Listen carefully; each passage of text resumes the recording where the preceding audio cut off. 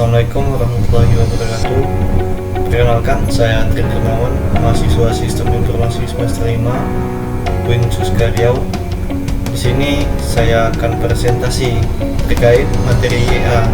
Nah, presentasi kali ini untuk memenuhi tugas mata kuliah Enterprise Arsitektur, di mana tugas ini untuk UAS. Di sini saya memilih materi terkait pemilihan EA framework. Nah, latar belakang saya memilih materi ini, dalam pengembangannya sebuah enterprise arsitektur atau EA akan lebih baik atau lebih mudah jika mengikuti sebuah kerangka berpikir tertentu. Kerangka berpikir tersebut dikenal dengan istilah EA framework.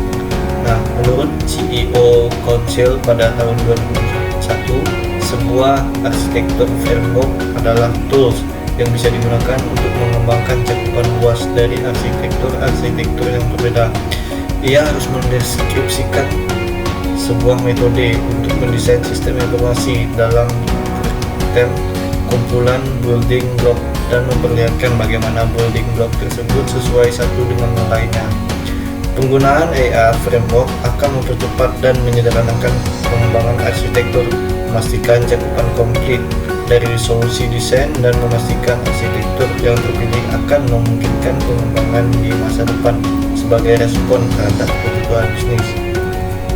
Nah, ada beberapa materi pokok yang saya ambil. Yang pertama, Enterprise Arsitektur. Yang kedua ada EA Framework dan EA Proses. Yang ketiga ada ZXM Framework.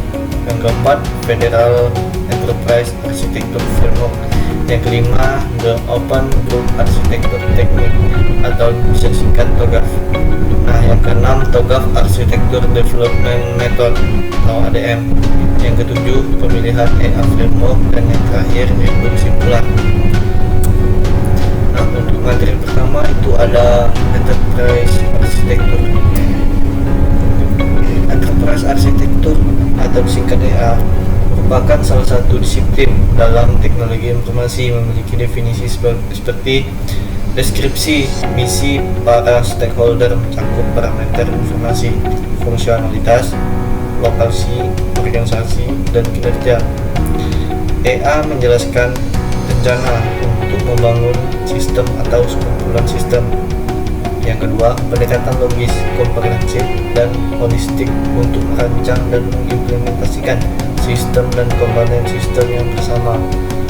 Yang ketiga, basis aset informasi strategis yang menentukan misi, informasi, dan teknologi yang dibutuhkan untuk melaksanakan misi, dan progres transisi untuk mengimplementasikan teknologi baru sebagai tanggapan terhadap perubahan kebutuhan misi.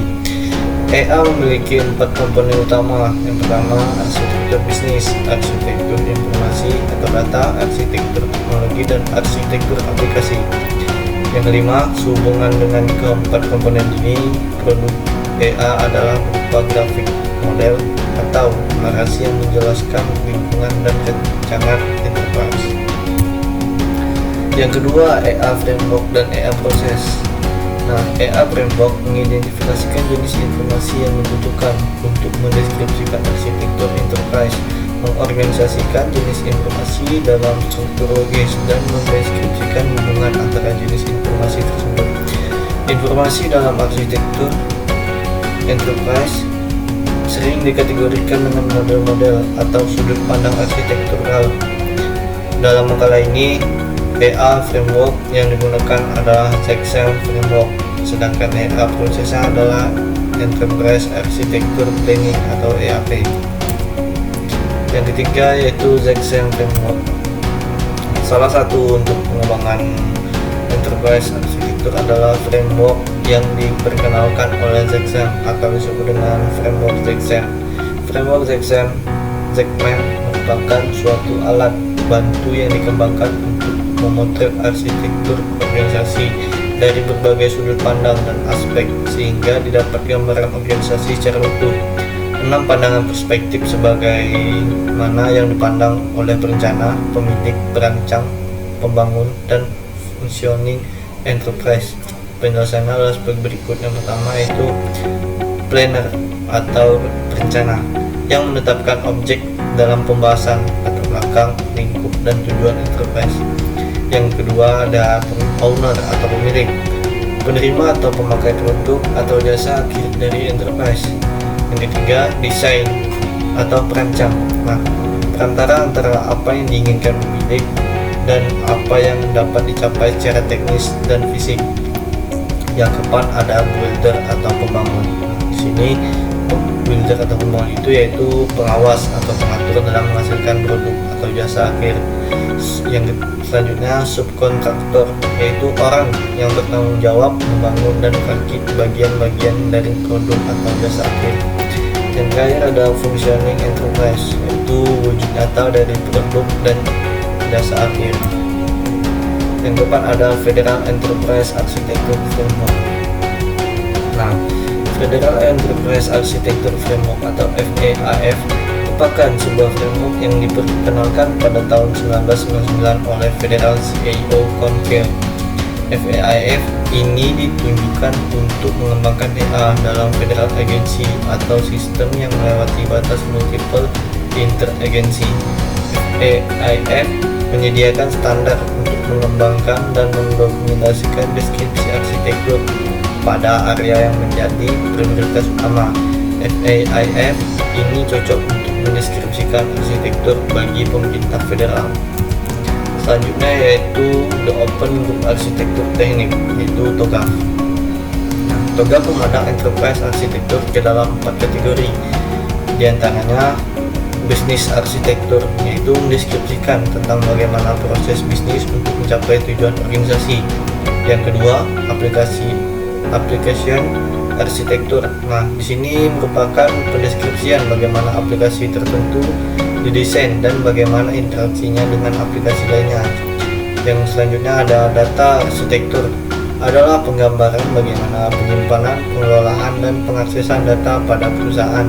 Yang keempat, technical arsitektur. Nah, di sini yang dimana technical arsitektur ini adalah gambaran mengenai infrastruktur, hardware, dan software yang mendukung aplikasi dan bagaimana interaksinya. Selanjutnya yaitu TOGAF, Architecture Development Method atau ADM. Nah, ini merupakan metodologi logik dari TOGAF yang terdiri dari 8 fase utama untuk pengembangan dan pemeliharaan technical arsitektur dari organisasi.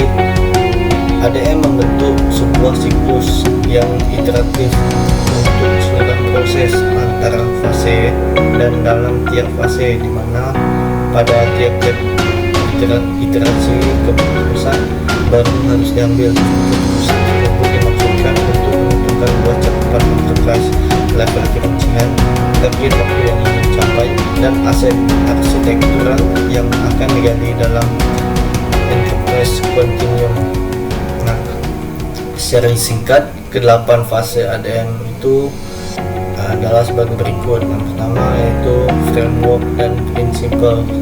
Fase A yaitu arsitektur vision, fase B yaitu bisnis arsitektur, fase C yaitu information system arsitektur, fase D teknologi arsitektur, fase E opportunity and solution.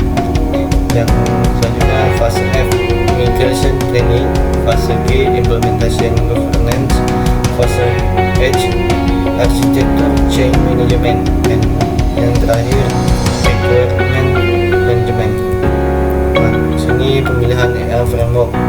Untuk memilih sebuah EA framework terdapat kriteria yang berbeda dan yang bisa dijadikan sebagai acuan. Misalnya, tujuan dari EA dengan melihat bagaimana definisi arsitektur dan pemahamannya, proses arsitektur yang telah ditentukan sehingga mudah untuk diikuti, penggabungan terhadap evolusi arsitektur.